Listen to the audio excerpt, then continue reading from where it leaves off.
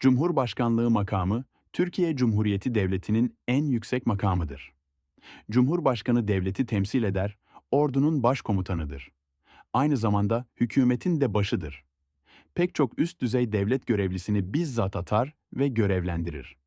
Çok geniş yetkileri olmasıyla birlikte görevinden dolayı sorumluluğu yoktur. Herhangi bir suçlama yöneltilemez.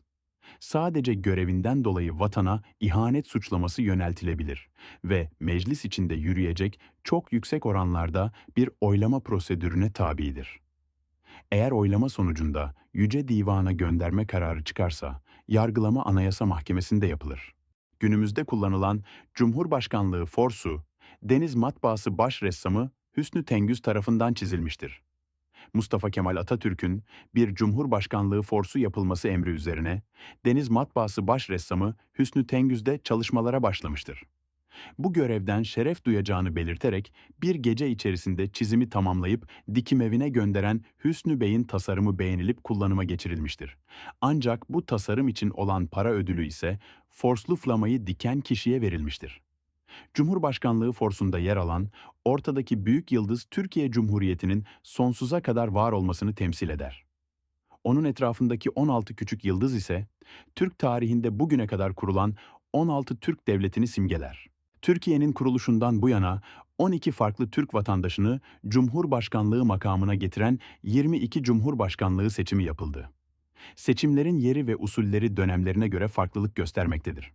Şimdi Cumhurbaşkanlığı seçimlerini inceleyelim. Türkiye Cumhuriyeti Devleti'nin ilk Cumhurbaşkanı Mustafa Kemal Atatürk. 29 Ekim 1923 tarihinde anayasada yapılan değişikliklerden sonra mecliste Cumhurbaşkanlığı oylaması yapılmıştır. Tek aday olarak seçime giren Atatürk, kullanılan 158 oyun tamamını alarak Türkiye Cumhuriyeti'nin ilk Cumhurbaşkanı seçilmiştir. Cumhurbaşkanı olma yaşı itibariyle en genç Cumhurbaşkanı Atatürk'tür. Atatürk, seçildiği tarihte 41 yaşındaydı. Atatürk, Harp Akademisi mezunu olarak üniversite üzerinde yüksek lisans yapmış seviyededir. Atatürk, daha sonra 3 kere daha Cumhurbaşkanı seçilmiştir. 1 Kasım 1927'de 288 oyla, 4 Mayıs 1930, bir de 289 oyla, 1 Mart 1935'te 386 oyla Cumhurbaşkanı seçilmiştir. Atatürk, 10 Kasım 1938 tarihinde Cumhurbaşkanı görevindeyken vefat etti. Atatürk toplam olarak 15 yıl 13 gün Cumhurbaşkanı olarak görev yapmıştır. Atatürk'ün vefatı nedeniyle 10 ve 11 Kasım 1938 tarihlerinde Meclis Başkanı olan Abdülhalik Renda, Cumhurbaşkanlığına vekalet etmiştir. Türkiye Cumhuriyeti Devleti'nin ikinci Cumhurbaşkanı İsmet İnönü. O tarihte başbakan olan İsmet İnönü, 11 Kasım 1938 tarihinde mecliste yapılan oylamada kullanılan 348 oyun tamamını alarak Cumhurbaşkanı seçildi. İsmet İnönü seçildiği tarihte 54 yaşındaydı. İsmet İnönü, Harp Akademisi mezunu olarak üniversite üzerinde yüksek lisans yapmış seviyededir. İsmet İnönü, ilk seçim tarihinden sonra 3 kez daha Cumhurbaşkanı seçilmiştir. 3 Nisan 1939 tarihinde 413 oyla ikinci kez, 8 Mart 1943 tarihinde 435 oyla üçüncü kez, 5 Haziran 1946 tarihinde 388 oyla dördüncü kez Cumhurbaşkanı seçilmiştir. İsmet İnönü, kesintisiz ve toplam olarak 11 yıl 193 gün Cumhurbaşkanı olarak görev yapmıştır. Türkiye Cumhuriyeti Devleti'nin 3. Cumhurbaşkanı Celal Bayar. O tarihte Demokrat Partili Başbakan olan Celal Bayar, 22 Mayıs 1950 tarihinde mecliste yapılan oylamada kullanılan 453 oyun 387'sini alarak Cumhurbaşkanı seçilmiştir. Celal Bayar, seçildiği tarihte 67 yaşındaydı. Celal Bayar, eğitim durumu olarak ortaokul mezunu seviyesindedir. Seçilen cumhurbaşkanları içinde en düşük eğitim seviyesine sahip olan Celal Bayar'dır. Celal Bayar, ilk seçim tarihinden sonra 2 kere daha seçilmiştir. 14 Mayıs 1954'te 486 oyla ikinci kez, 1 Kasım 1957'de 434 oyla üçüncü kez Cumhurbaşkanı seçilmiştir. 27 Mayıs 1960 günü askeri darbe nedeniyle görevine son verilmiştir. Celal Bayar kesintisiz ve toplam olarak 10 yıl 6 gün Cumhurbaşkanlığı görevi yapmıştır. 27 Mayıs 1960 tarihinde askeri darbeyle iktidarı ele geçiren Milli Birlik Komitesi Başkanı olan Cemal Gürsel, 26 Ekim 1961 tarihine kadar Başbakanlık ve Devlet Başkanlığı görevini üstlendi. Türkiye Cumhuriyeti'nin 4. Cumhurbaşkanı Cemal Gürsel, halk oylaması ile 1961 Anayasası kabul edildikten sonra Cumhurbaşkanlarının partisiz ve tarafsız olması kuralı uygulanmaya başlandı.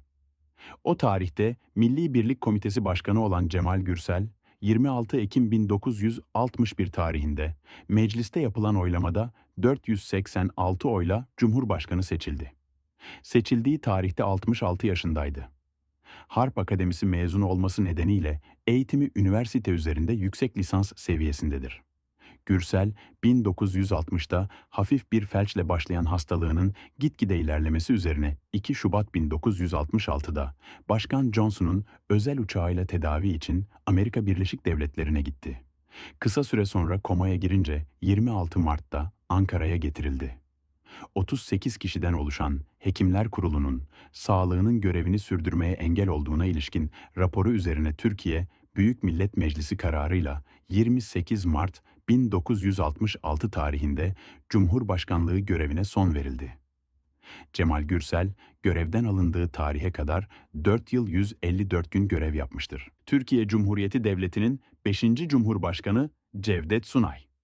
28 Mart 1966 tarihinde o tarihte Genelkurmay Başkanı olan Cevdet Sunay, mecliste yapılan oylama neticesinde 461 oy alarak Cumhurbaşkanı seçildi. Cumhurbaşkanı olduğunda 67 yaşındaydı. Harp Akademisi mezunu olması nedeniyle eğitimi üniversite üzerinde yüksek lisans seviyesindedir. Anayasaya göre 7 yıl olan görev süresini tamamladığında 28 Mart 1973 tarihinde görevinden ayrılmıştır.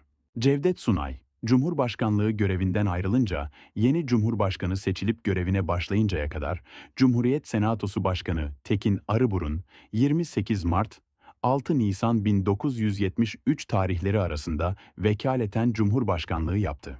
Türkiye Cumhuriyeti Devleti'nin 6. Cumhurbaşkanı Fahri Korutürk, 6 Nisan 1973 tarihinde Türkiye Büyük Millet Meclisi'nde yapılan oylama neticesinde o tarihte Moskova Büyükelçisi olan Fahri Korutürk 365 oy ile Cumhurbaşkanı seçildi. Fahri Korutürk seçildiği tarihte 69 yaşındaydı. Harp Akademisi mezunu olması nedeniyle eğitimi üniversite üzerinde yüksek lisans seviyesindedir. Anayasaya göre 7 yıl olan görev süresini tamamladığında 6 Nisan 1980 tarihinde görevinden ayrılmıştır. Fahri Korutürk, Cumhurbaşkanlığı görevinde 7 yıl 189 gün kalmıştır. Fahri Korutürk görevden ayrılınca Cumhurbaşkanlığı seçimleri krize girmiş, uzun süren turlar neticesinde Cumhurbaşkanlığı makamına seçim yapılamamıştır. Bu dönemde Cumhuriyet Senatosu Başkanı İhsan Sabri Çağlayangil 6 Nisan 12 Eylül 1980 tarihleri arasında Cumhurbaşkanlığına vekalet etmiştir. 12 Eylül 1980 tarihinde askeri darbeyle yönetime el koyan Milli Güvenlik Konseyi Başkanı Kenan Evren, Cumhurbaşkanı seçimi yapılana kadar devlet başkanlığı yapmıştır. Türkiye Cumhuriyeti Devleti'nin 7. Cumhurbaşkanı Kenan Evren. 1980 iki anayasa referandumu ve Cumhurbaşkanlığı seçimi bir arada oldu. Milli Güvenlik Konseyi Başkanı Kenan Evren, 9 Kasım 1982 tarihinde halk oylamasıyla Cumhurbaşkanı seçildi. Seçildiği tarihte 65 yaşındaydı. Harp Akademisi mezunu olması nedeniyle eğitimi üniversite üzerinde yüksek lisans seviyesindedir. Anayasaya göre 7 yıl olan görev süresini tamamladığında 9 Kasım 1989 tarihinde görevinden ayrılmıştır. Türkiye Cumhuriyeti Devleti'nin 8. Cumhurbaşkanı Turgut Özal, 9 Kasım 1989 tarihinde mecliste yapılan oylama neticesinde 263 oy ile o tarihte Başbakan olan Turgut Özal Cumhurbaşkanı seçilmiştir. Seçildiği tarihte 62 yaşındaydı. Teknik üniversite mezunu olması nedeniyle eğitim seviyesi üniversite lisans seviyesindedir. Turgut Özal, 17 Nisan 1993 tarihinde vefat etmiştir. Cumhurbaşkanlığı görevinde en az kalan Cumhurbaşkanıdır. Görevde kaldığı süre 3 yıl 159 gündür. Turgut Özal'ın vefatı sonrasında Cumhurbaşkanlığı seçimi yapılana kadar 17 Nisan-16 Mayıs 1993 tarihleri arasında Türkiye Büyük Millet Meclisi Başkanı Hüsamettin Cindoruk Cumhurbaşkanlığı makamına vekalet etmiştir. Türkiye Cumhuriyeti Devleti'nin 9. Cumhurbaşkanı Süleyman Demirel, 16 Mayıs 1993 tarihinde mecliste yapılan oylama neticesinde 244 oy alan ve o tarihte başbakan olan Süleyman Demirel Cumhurbaşkanı seçilmiştir. Seçildiği tarihte 68 yaşındaydı.